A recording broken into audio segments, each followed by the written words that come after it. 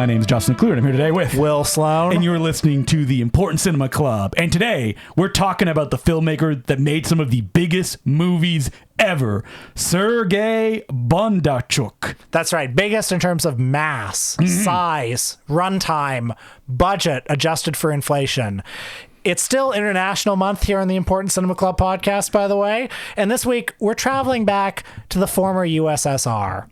I'm sure a lot of you listening think that the private sector should do everything. And I disagree. And one of the reasons I disagree is because, look, let's say you're celebrating or marking, I should say, the 150th anniversary of Napoleon's invasion of Russia. Get me Ridley Scott. Yeah, maybe. We're also doing this episode because we want to piggyback on the Napoleon fever that's currently sweeping the nation. Is that actually why we're doing it? Is that why you suggested it? No, it just was a pure coincidence. Pure coincidence, yeah. And let's say there's a sort of arms race going on between East and West over who can make the biggest epics. And let's say the West already adapted one of the great Russian novels. And Russia went, whoa, whoa, whoa. We are embarrassed that this was a huge success in Russia, so we have to do it ourselves as well. That's right. King Vidor in 1956 made his film War and Peace, which was over 3 hours long, certainly long by the standards of a Hollywood film. And we, of course, watch it for this podcast, right? No. Well, look, during this time, the 1950s and the 1960s, the West was making all of these huge historical epics. From the Ben-Hur and the Ten Commandments of the 1950s, the genre went into its decadent phase in the 1960s with the $44 million budgeted Cleopatra and Dr. Dolittle. Dr. Dolittle, would that count? Yeah. And one such epic was that King Vidor War and Peace. And in 1961, a panel of Soviet writers and filmmakers presented a letter to the Minister of Culture who was planning this War and Peace adaptation to show up Hollywood and said, and I quote, "It is a matter of honor for Soviet cinema to create a film that, in its artistic significance and truthfulness, is superior to a similar American-Italian film." Italian because Dino De Laurentiis produced the King Vidor film. "We consider Sergei Bondarchuk to be the most suitable director for this film." Now, I've always been like, who is this Sergei Bondarchuk? I'm going to say his name differently every time, ladies and gentlemen, even though I have it phonetically written in front of me. Look, it wouldn't be the Important Cinema Club podcast if we pronounced a director's name correctly.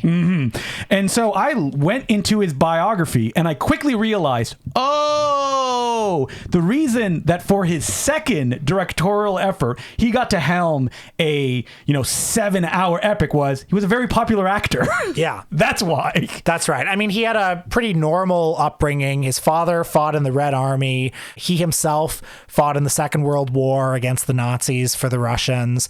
Afterwards, became a sort of wonderkind actor. I believe he was like the youngest actor to win Russia's top acting prize, et cetera, et cetera, et cetera. Not that much colorful in his early life. And I did watch his first film, Destiny of Man, from 1959. And I will say it's interesting. It didn't quite work for me. What is it? It is a film that Sergei stars in, as he would as well, War and Peace. And it's about a man who goes to World War II, has a bad time, if you will, comes back and finds yeah, I'd imagine so. that his family has been killed. And, structurally, it's a little odd because if you look at the poster is like Sergei holding the hand of a little boy. That only actually kind of happens near the end of the film, the big dramatic moment. It's mostly like a catalog and big Orson Wellesian flourishes of him kind of going through. He gets kidnapped by the Germans, he escapes, and it's kind of a first-time filmmaker kind of thing showing his stuff. A good American equivalent would be someone like Laurence Olivier, who was also like Sergei was a star of the stage as well as the screen. And like Laurence Olivier, he starred in his movies, he directed them. But the difference between Sergei is I feel that his stylistic preoccupations are much closer to someone like Orson Welles. It's surprising that somebody with relatively little directorial experience would get the War and Peace job. There's a whole long story about it. There were a lot of factions fighting other factions in the Russian Ministry of Culture at the time that led to him getting the job. There were many... Wait. It wasn't just everybody agrees and they just move forward with it with no problem? There were many cooks in the kitchen. One thing is certain, though, that this man took the bull by the horns. I mean, he's a star. So he's like, he has more authority because people looking at him go, oh, he is popular with the public. He is recognizable. He has already directed a film. He can take this job. And what a job it was. This is a film that was shot over the course of 6 years. Sergei had 2 heart attacks during it. I like the anecdote that it may not be 100% true that he had one of the heart attacks while watching I Am Cuba. So here is my case for why we need a communist government to invest heavily in the film industry. Well, let's look at mainland China and see how their films are coming out. Listen, if they could do this, like, what if you had a government that would give the film industry its full army, tens of thousands of troops all in one scene? What if you can get thousands of actual horses on the screen? What if you can get 8.29 million rubles, folks? I was reading an interesting article by Charles Bromesco in Vox explaining some of the ridiculous demands that were placed on the production. Bondarchuk, I mean, he had the whole world at his disposal here. Bromesco writes, he filled his opulent sets with chandeliers, furnitures, and other 19th century relics on loan from over 40 museums across the USSR. The military advisors acting as Bondarchuk's consultants gave him the go-ahead to marshal thousands upon thousands of actual soldiers to use as extras. My favorite detail of all, Bondarchuk was insistent upon using the meticulously bred Borzoi dogs for the fox hunting sequence in keeping with the national tradition, except that the noble-bred species had grown uncommon. He managed to find 16 of them, only to discover that the canines had lost the tracking instinct. His fix? Borrow a pack of wolves from the state zoological department, get some scenthounds from the Ministry of Defense to chase down the wolves, and send the Borzois to follow the hounds. So that was by Bromesco and Vox. Now, when I do hear all that information, though, I steel myself for, boy, this is going to be a weighty, boring epic where everything is very minutely perfect, but there'll just be no kind of, energy behind it. Well, because the precedent in your mind is for the big American epics. The Hollywood versions, of this period, which a movie like Cleopatra or I've never seen Cleopatra all the way through. I've never seen it either because it's boring. It's boring. That's the reputation. Or I have seen The Greatest Story Ever Told. Yeah. And it's like these huge static compositions that it's like they're designed to fill the Cinerama screen. Yeah, like it's a painting. Look at it. Yeah. Look at it, and we're just going to sit in it. Yeah, and at their worst, those movies feel vacuum sealed and dead. I mean, something that War and Peace reminds me of a little bit are the early epics by D.W. Griffith, where it's like very energetic and present, and they are excited to move from like sequence to sequence. Well, Griffith famously said, words to the effect of, towards the end of his life, he said, what was missing in... Please give me money to make a movie. Yeah, and he said, the South will rise again. I said I was sorry. Yeah, but he said that, pictures today, they don't have the wind in the trees, which is what Griffith's movies did have. They had some other stuff, too. I hasten to add, I'm aware of what was in D.W. Griffith's movies. But we're forcing Film 101 students to watch that movie anyway. But it's like, watching War and Peace, I was reminded of Intolerance, where it's like, the huge Babylon scene in Intolerance, where there's something happening in every plane of the frame. I mean, just compare even War and Peace to a similarly epic classic film, Gone with the Wind.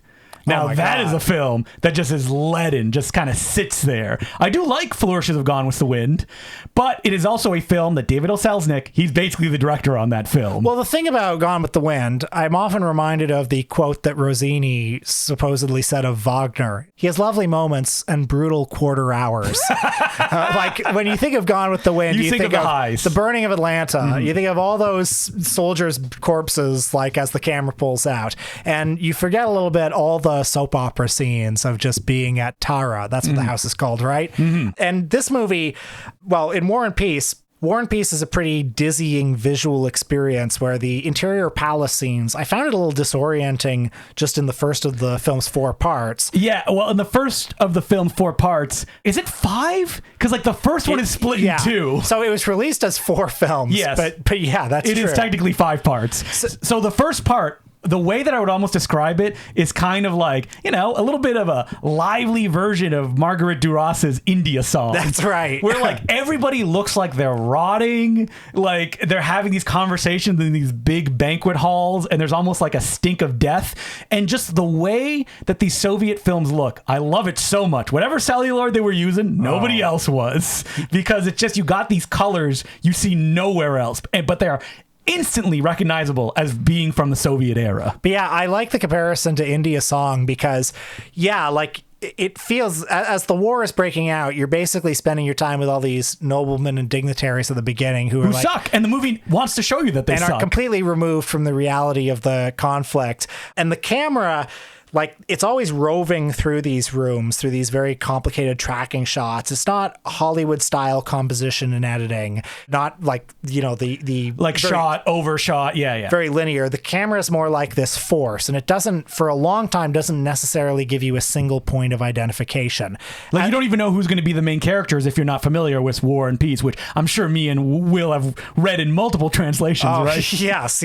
As well as the original Russian. Yes. You went through the dictionary making sure that the translation was correct. Yep, it took me the first 18 years of my life, day in, day out, looking word after word, and I still don't understand what it was about.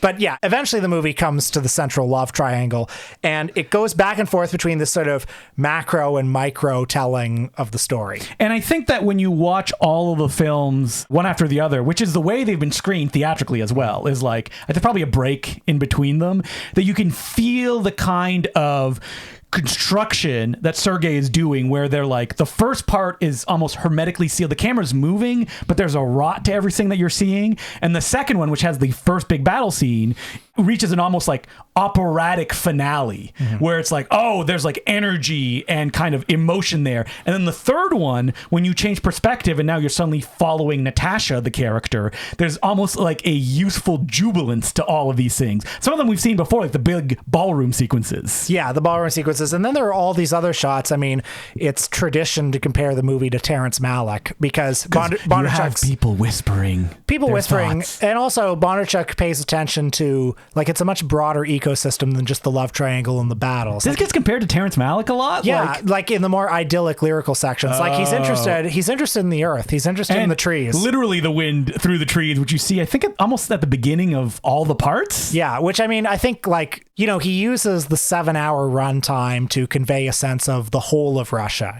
not just the Pearl Harbor like love triangle. And we didn't point out either that Sergei, of course, stars in the film, a 40-year-old man playing a 20-year-old. Yeah, I don't love that. That's kind of my least favorite element of the film. I don't think he's bursting with charisma here. I think he's fine because the character of Pierre in the original novel is supposed to be kind of a milquetoast who gains a sense of self as the story progresses, that he gets like cucked, and then he's looking for, meaning in his life, and finally he finds it helping the fellow man, just like Tolstoy had as well, as a kind of aristocrat who discovered, yes, the people have value as well. Humanity, good cheer, that should be the thing that should guide us throughout life. I mean, the movie's spectacle is what people remember about it. Yeah, we didn't even talk about that. So, the battle scenes. And which is unprecedented, unrepeatable, probably, because he actually had the Soviet army at his disposal. You've got hundreds of people in the frame. Again, action at almost every plane of the frame, explosions going off everywhere. I don't quite know how to describe it, except that it's not just static compositions. It's not pedestrian filmmaking. The way the camera interacts with these massive crowd sequences, swooping overhead. It's Wellesian. Like, there's a shot, if it's a wide angle shot of a guy falls over on the ground, the camera, he kind of sits up, the camera tracks to the person leading the army in a big close-up, no cuts on his face, and then the camera pulls back to a bird's eye view to see all the armies clashing. Like almost as if it's a drone, which it can't be. It's a crane or a helicopter. It's a crane, that's going insanely high, and it probably took them 2 weeks to set up that shot. It should be noted as well is that, like, in this movie, Sergei isn't really trying to make these battle scenes exciting in any way. All of the battle scenes and the kind of wonder at what's being portrayed is all in the service of chaos and the individual being lost in this going on and not being able to keep track. Well, yeah, it's not exciting in the action movie sense, but like it's powerful in the sense that you're constantly being having this whiplash of, on the one hand, seeing the epic grandeur of it with, a God's eye view camera swooping around. And then he's always cutting into the middle of the battle to show the horrible human devastation of it, civilian and soldier, corpses and bodies and things burning up and horror. And you get a sense of like all these soldiers that are fighting these battles, they don't really know what's going on. They're just following orders and in the process being shot or hurt. Almost everybody that we see that is a recognizable character have no care about their own safety, that they basically think they're the protagonist of their own story until they get gunned down unceremoniously for the movie to just go somewhere else. And did you find this movie, though, dramatically compelling? Because it is a very, for all the energy and verve, it is a very dour film in the way that it plays out. Yeah, that's a good question. Did I find it dramatically compelling? I didn't find it not compelling. Well, you wanted to watch. I wanted to watch. Yeah. I was interested in Natasha. Yes. I was interested in the love triangle. Natasha, who was a young ballerina who had never acted in any movies before, and as many people have pointed out, they just cast her as well because she looked like Audrey Hepburn, who was in the King Vidor version. And because the King Vidor version was very popular in Russia, they wanted to kind of like create that connection to go, oh yeah, you really loved her in this movie. Hey, look, someone that looks exactly like her, but in a better version of this film. By the way, she was the one who accepted the Oscar for Best Foreign Film. I'm shocked that it won Best Foreign Film. Well, just not only because it's a Soviet production, but the fact that it's 7 hours long. Yes. But I mean, this movie did receive, I would say, unprecedented exposure in the West for a Soviet production. I don't think they released a 7-hour version. I believe they released a cut down version of it. But a full version played over 4 nights on ABC in 1972. Wow. Yeah, that's right. That's wild. I wonder if they cut some stuff out of it because it gets pretty violent in those war scenes. I mean, maybe they did. But yeah, I guess certain of the action scenes in this movie are just kind of undeniable. Like when you see them, even probably on the small screen, you're like, how can you do that? And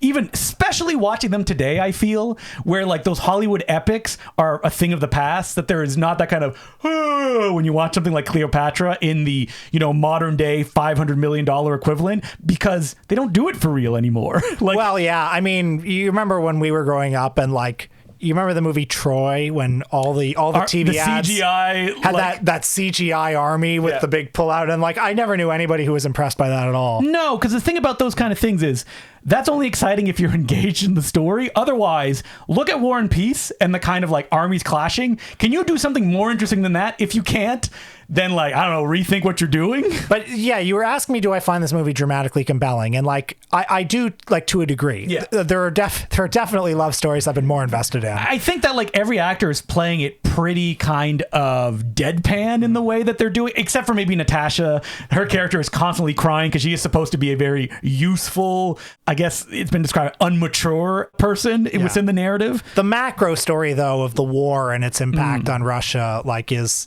compelling. Is compelling and is enormous. But I also think that question you ask is particularly relevant to Bondarchuk's follow-up film, which we'll get to in a little bit. I think that like the drama in this movie, the kind of spectacle is very well parsed out in that, like, you're not, okay, I'm tired of these big battle scenes, like, let's move on to something else. That by the last part, which is just kind of Russia being invaded by France, it is engaging. That even if you're at a little bit of a disconnect of Sergei's character, Pierre, when he finally gets some kind of proactiveness, that you do get involved in that. Like the romance, I think a little bit less. Like you want to see how it plays out, but it's not like tears were streaming down my face while I was watching it. So from like a construction standpoint, it's very sound. Now, I can't speak to it as an adaptation. Again, never having read War and Peace, but I will. I'll get to it. I am fascinated though that it was also pitched as a film in the same way that mainland China does all the time, of like honoring a battle. In this case, the Battle of 1812.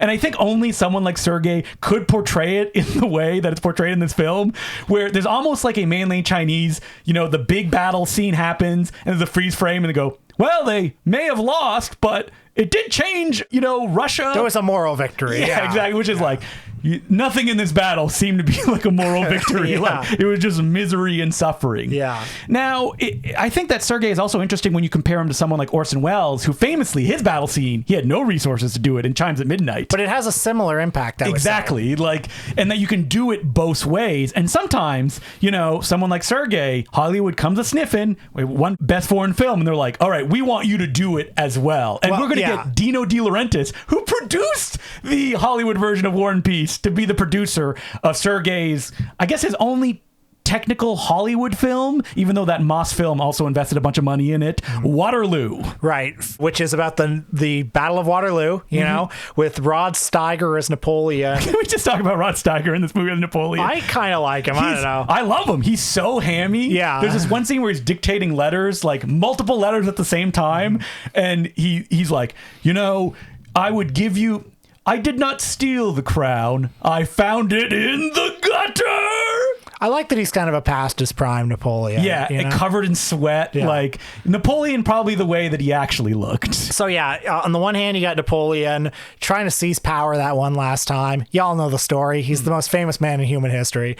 Then you've got Christopher Plummer as the British. I enjoyed Christopher Plummer in this movie because he brought something that I felt War and Peace needed just a little bit, which is levity. Like when Christopher Plummer is like, oh boy, we're going to have to be very careful with this strategy. Like you can feel almost like a sarcasm to the things that he's saying, which brought a much needed kind of, different vibe, because this movie's all battle scenes. Okay, yeah. It's as if Dino De Laurentiis said, do War and Peace for me, but just give me the action. And again, the Russian army was involved in this film. Again, the battle sequences in this movie, just in terms of scale, just in terms of what is in the frame, are as impressive as what's in War and Peace. But it is not dramatically compelling. No. And the comparison to Chimes at Midnight, I think, is very interesting because, again, Chimes at Midnight, Orson Welles had, 20 extras at any given time, whatever number he had, and it's one of the most famous battle scenes in history. This movie, hundreds of extras, thousands maybe. Again, clashing for an hour? And every single shot is impressive. Yes. Huge formations, huge explosions, and I like this movie kind of. Yeah. It's a film that exists to be clipped and then a minute put on Twitter and people are like, look at this, which literally happened 2 weeks ago. Really? Yes. Yeah, okay. You could put any minute of this movie on Twitter and say, if this came out today, this movie would be instantly legendary. And maybe... And guess what? It's out. I don't even think it ever made it to Blu-ray in North America. That's how low level the love for this movie is. Yeah, and as I was watching this movie, for the first half, I was quite invested in it, actually, because the story of Napoleon is inherently interesting. Well, when you're seeing Rod just act and go through these motions, it's so fun. But he, once the battle starts, disappears from the narrative because he's not really doing anything. And then it's battle scene after battle scene after battle scene. And yeah, you don't have that human connection, really. And in War and Peace, you do have protagonists that are in the battle, but the battles are also not an hour long and you don't lose them completely, and you're not supposed to know what's going on. In Waterloo, you are supposed to know some of the strategies that are happening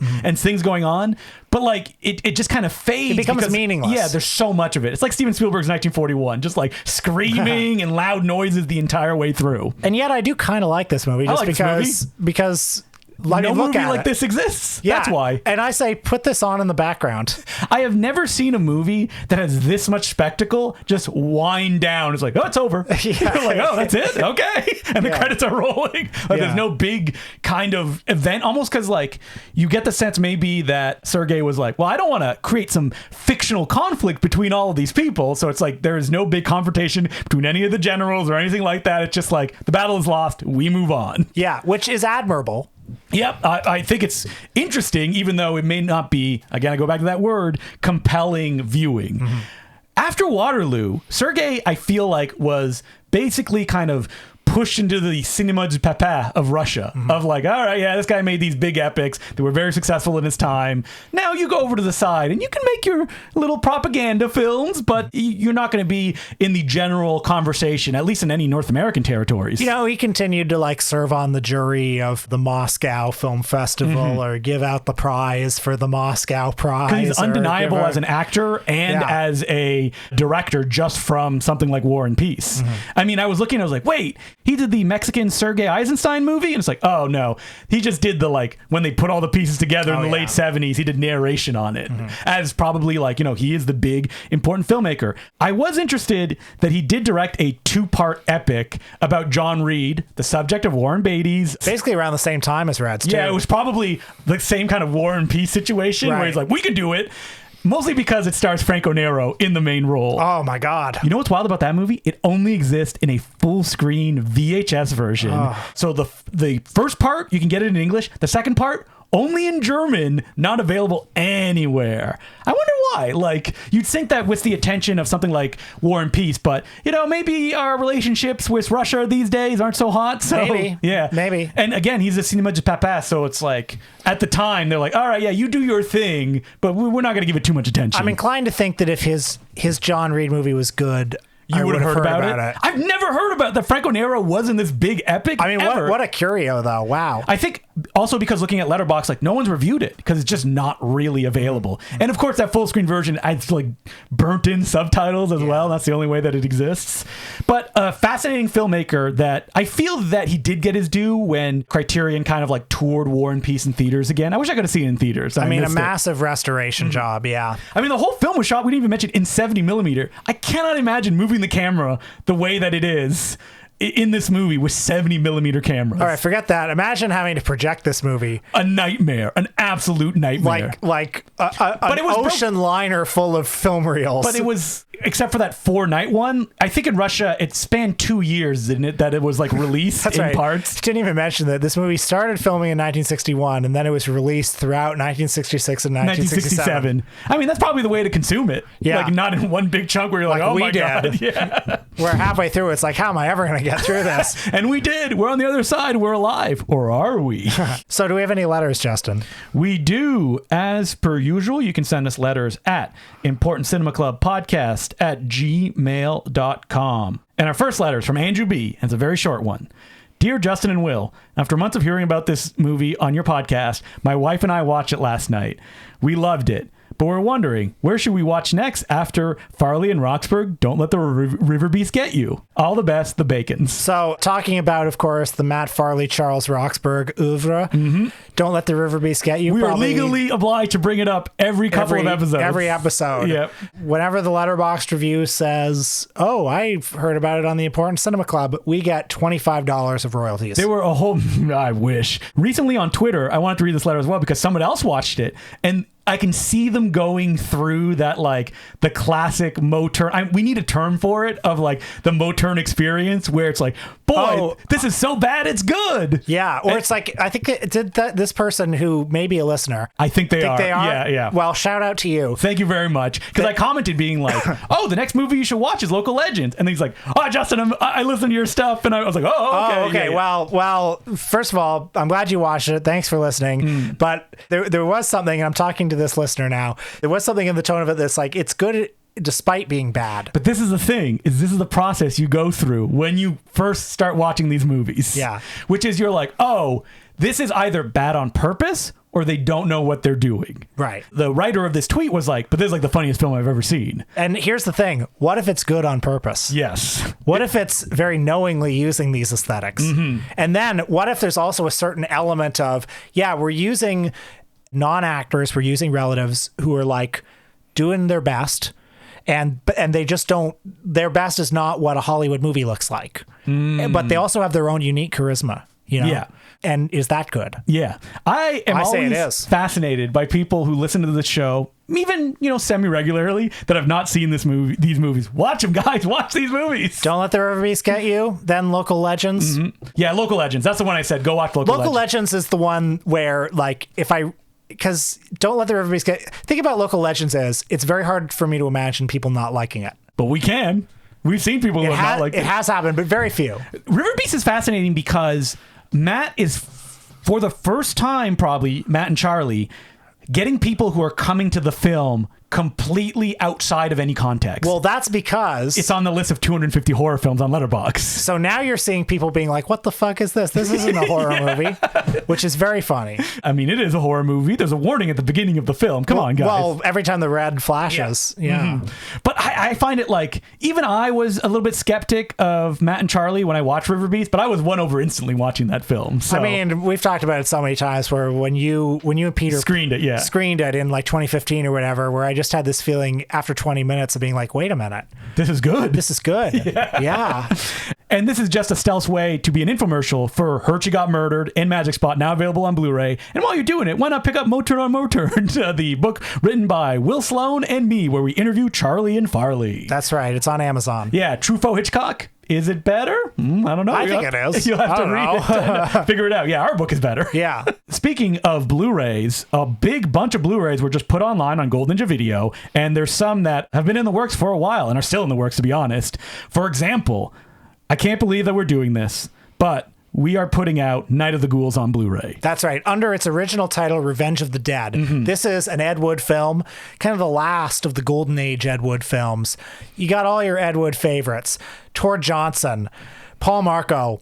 I guess not all of them. Bela Lugosi's not in it. No. But you got Kenny Duncan. Hey, it's a sequel to Bride of the Monsters. That's right. Listen, here's the thing. Night of the Ghouls, also known as Revenge of the Dead, is a beautiful fever dream. It's not a fever dream, just a dream. Yeah.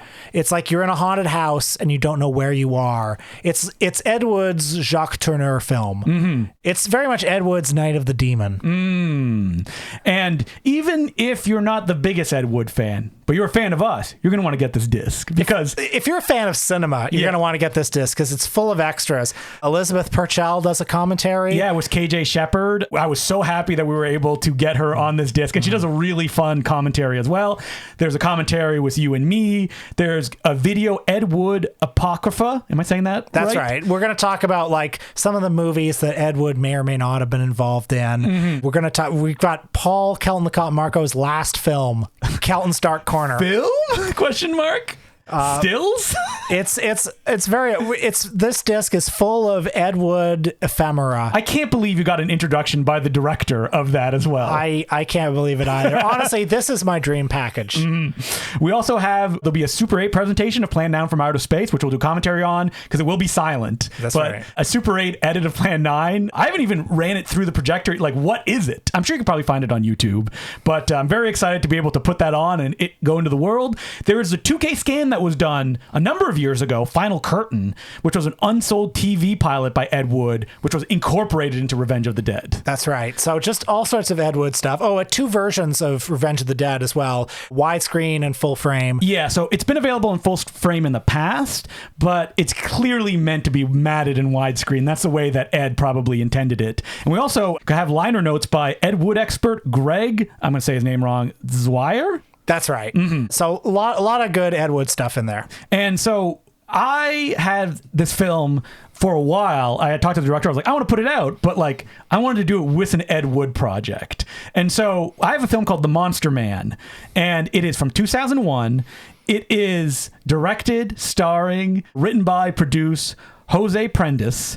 And this movie is those kind of like underground, one guy does it all by himself movies. And it's so much fun because he's putting his all in it, and it co-stars the legendary Conrad Brooks. Oh man, Conrad Brooks. Conrad Brooks played a cop in Plan 9 from Outer Space. He's in most of Ed Wood's classic movies, and nobody rode that like he did. He was a fixture of the convention circuit in the 90s. He became a shot-on-video filmmaker himself. Maybe you've seen a little movie called Jan Gell. Yep. Or isn't it Conrad Brooks versus the Werewolf? That's a David the Rock Nelson film. That's right.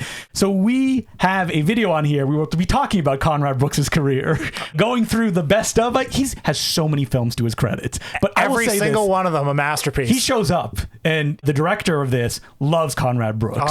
And I'm going to be interviewing the director because he has a fascinating career. He's a super nice guy. He's someone who would do like physical media reviews. You can find him under the title Master Chaos on YouTube every day for a while. And I am correct that he's friends with Wet Movie 1. He is indeed friends with Wet Movie 1. So jealous. And he also has worked and still works for the Asylum. So he wrote some of the classic Asylum films back in the day, directs for them now. He shoots films in like 4 days. Like, I think that's like one of his last feature films. He actually did like, I don't know how he did it, was that much stress of like, all right, I'm filming like a diaries of myself as I'm shooting a feature film in 4 days. So I can't wait to dive into that. I've talked to him like not on anything recorded when I've done like stuff with him before. I can't wait to get like just a solid interview where he talks about all of his experiences, including stuff like Linnea Quigley and Tom Savini are in The Monster Man in that perfect, They're here for a convention. We have a motel. We're going to shoot one scene with them. So, yeah, you got your Paul Marco disc with Night of the Ghouls. You also have your Conrad Brooks disc with The Monster Man. Also, I have another martial arts film, and someone pointed out, I didn't even realize this, it has like 5 logs on Letterboxd. It is called The Golden Triangle from 1975, not to be confused with the other Golden Triangle that also came out in 1975. This one stars Yasuaki Kurati, the villain from Fist of Legend. You know who this guy, you've seen him a million times. He always plays like Japanese characters in Hong Kong films. You also have Hang Yang-xie, one of the Bruce Lee guys who always played like bad guys in his movies, like he's in The Big Boss. And this one is directed by Chi Lo, who did The Dragon Lives Again. Yes. But I'm going to, just prepare people. It's not as crazy as The Dragon Lives Again. It is a, James Bond style movie that you may verbatim hear the James Bond themes throughout the film. And it's interesting as well because it is a Filipino co-production. So there's a Filipino director that's credited on the film. He directed Fight Batman Fight, a sadly lost Filipino Batman movie that the poster is amazing. It's a purple Batman holding a giant Gatling gun on the cover, or a minigun firing it.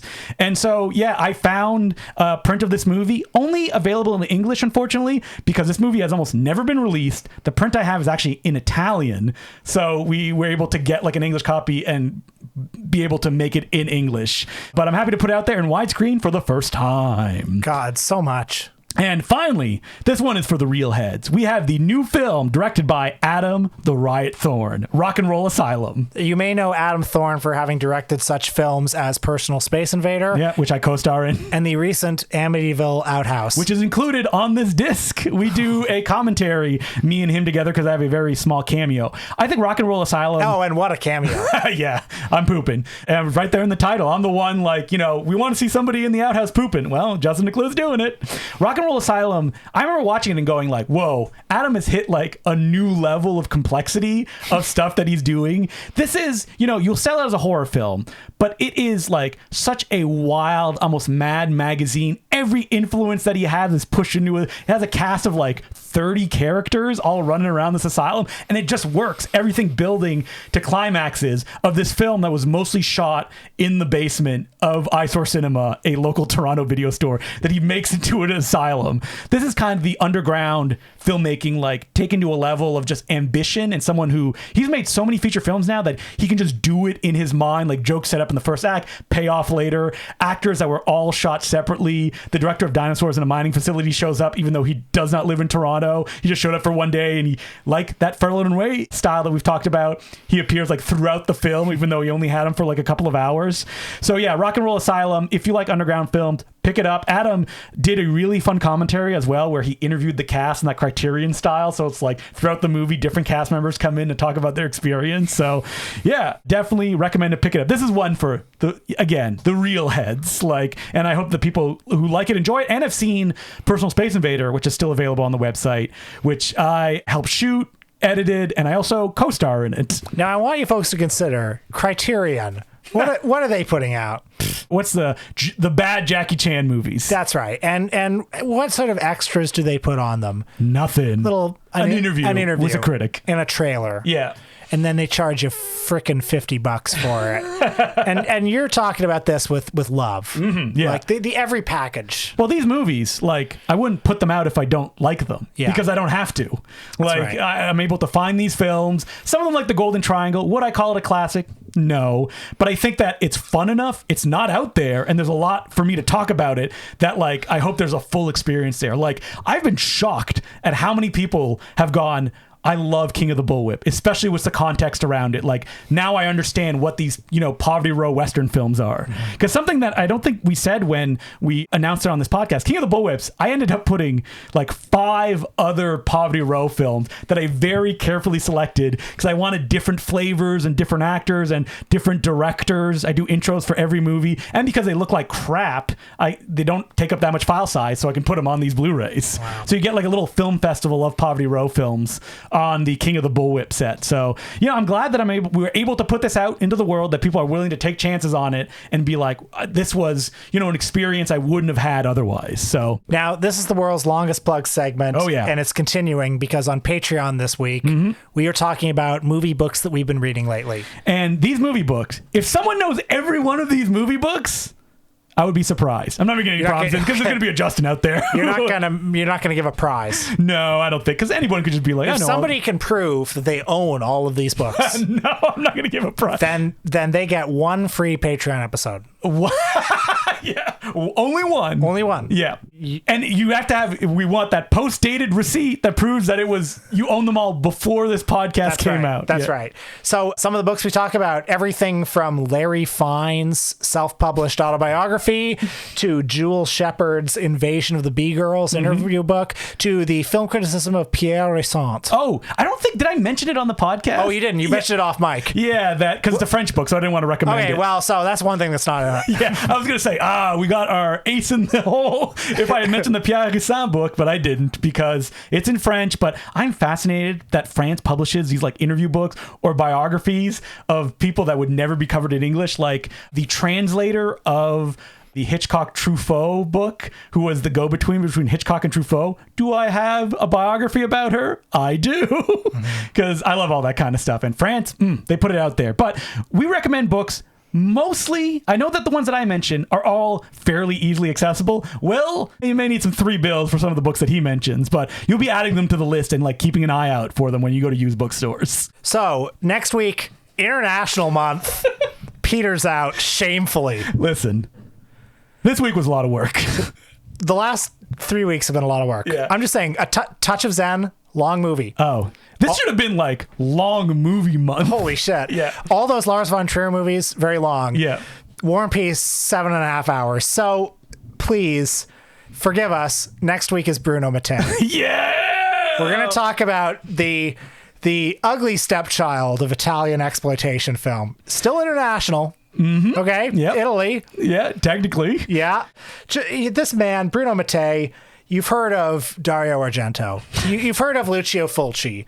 You've heard of Mario Bava. Well, this man is not in their league. Bruno Mattei is the guy that seemingly is keeping Severin afloat based on how many of his movies that they have put out. He's the king of crap. He's made such films as Rats, Night of Terror, Night Killer, Zombies, The Beginning. That's one of the later ones. Those are some of the ones we'll be talking about. But he's also done Robo War, Terminator 2, Shocking Dark. Hell of the Living Dead, of course, which is probably his most famous one. Oh, Violence in a Women's Prison. I'm sure you folks have seen that. Oh, how about Cruel Jaws, a movie that Universal successfully suppressed the release of because it contained actual footage from Jaws. And Severin put that out, and they shut it down again. I got it. I got a copy too. Yeah. And so I like Bruno. Yeah, I'm fascinated by Bruno. Gonna give me a reason to crack open, speaking of French books, that big hardcover written about him. Yeah. And are we gonna find any art in there? No, probably not. So that book, like when I read books about filmmakers like this and they're like, this is their true masterpiece, I always go and watch it. I'm like, nope. I'm glad that you had passion for that Bruno Mattei film. He's a man who worked in Italian film for a long time, working as an editor, working his way up to directing, worked in every genre. But there is fascination there, isn't there? Oh, yeah. Yeah. So I'm excited to jump into these. I was shocked as me and Will were going through his filmography, how many of these I've seen. Oh, yeah. I've seen that one. I've seen that one. Please don't make me watch that one again. I've seen it multiple times. But it's going to be a lot of fun, and I can't wait to, get right in there and watch some of the late period ones I haven't checked out. Down in the muck. Yep. So until next week, my name is Justin Clue. I'm Will Sloan. Thanks for listening. Hello, I'd like to thank some of our new patrons, who include Samuel Langstone, Elliot Smith, J. Stephen Rosenboom, C.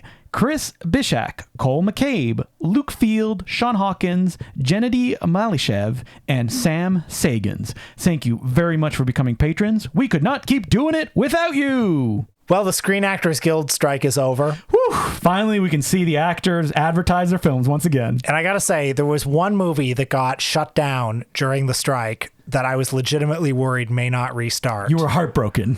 I was very worried. There have been a lot of movies that were shut down. Gladiator 2, Beetlejuice 2, all these movies you want to see, right? Oh, I'm so excited for Gladiator 2. Yeah, those were all shut down. They resumed production again, though. Oh, man, if big old, large Russell Crowe starred in Gladiator 2, I would be there opening day, ticket in hand. Instead, they got Paul Mescal. A handsome man, very charismatic, good actor. Yeah, Get out of here. Fuck that shit. Yeah. Big boy. I want that Nick Cave script where Russell Crowe goes to hell. Yeah. And that's what that is. But anyway. But the movie that I was worried about was a little movie called Juror Number 2. What's Juror Number 2, Will? The 46th directorial effort by Clint Eastwood. I want to make clear. I know what Juror Number 2 is. I am tapped into culture. But what is it about, Will? It's a legal drama. I don't know what it's about. It's about taking down the man who's making all these decisions and not letting Clint eat that ice cream. Absolutely. So listen, Cry Macho came out a couple years ago. And we're like, Clint's last film. He's 91. Yeah. And David Zaslav, the head of Warner Brothers, even why said, are we in the Clint Eastwood business? He was like, why was this made? This shouldn't have been made. And then the outcry was such, I assume. That he got his next film off the ground. I have to assume. But he could have gone to any other studio. They'd want to be in the Clint business, right? I guess so. Well, the thing about Clint Eastwood is he makes movies on budget, on time. Yep. They don't cost that much. They don't cost much. They typically make money, and sometimes they get Oscars. So it's a good business to be in. And he's got a well-oiled team around him. And Clint Eastwood, as of this recording, is 93 years old. 93 years old. And he's on set, on his feet. And this is why we wanted to talk about this in the back matter. This is the most important part. He's got a beard. He looks like David Letterman. Yes. Or, as some people have pointed out, John Huston. Yes.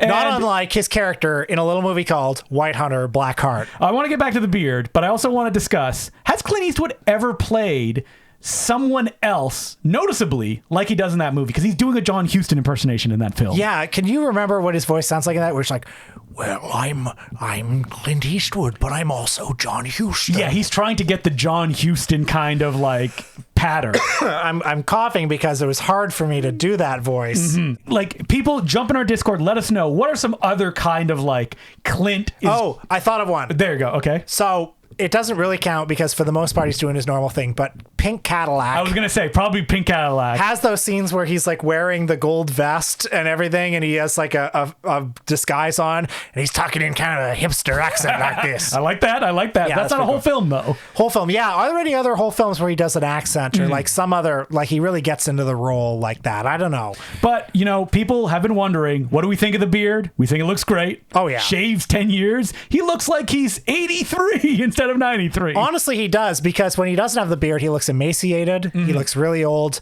Now he looks fit. He looks like a mountain man. He looks like he's ready to conquer the world. Over under, when do you think Clint Eastwood is going to roll off this mortal coil? So I predict, and I hate saying this. I know. 96. 96? Yeah. I think he lives to 96. I mean, we're not going to learn. I want him to live to 100. 120. Yeah, he's going to pull a Manuel to Oliveira. That he'll still be directing in his hundreds. Yeah. Because you know it's just going to happen one day, right? We're not going to learn that he's sick or anything like that. No. Like, it's just going to be like, oh, Clint Eastwood passed away. Well, because, like, look at him. He's fit as a fiddle. He goes out skiing. He's like... Wait, he still skis? Like, a year or two ago, there was a photo of him and Arnold Schwarzenegger on the slopes. What is his secret? What is the Clint Eastwood diet like? He must eat really well. Yeah, I guess that's probably it.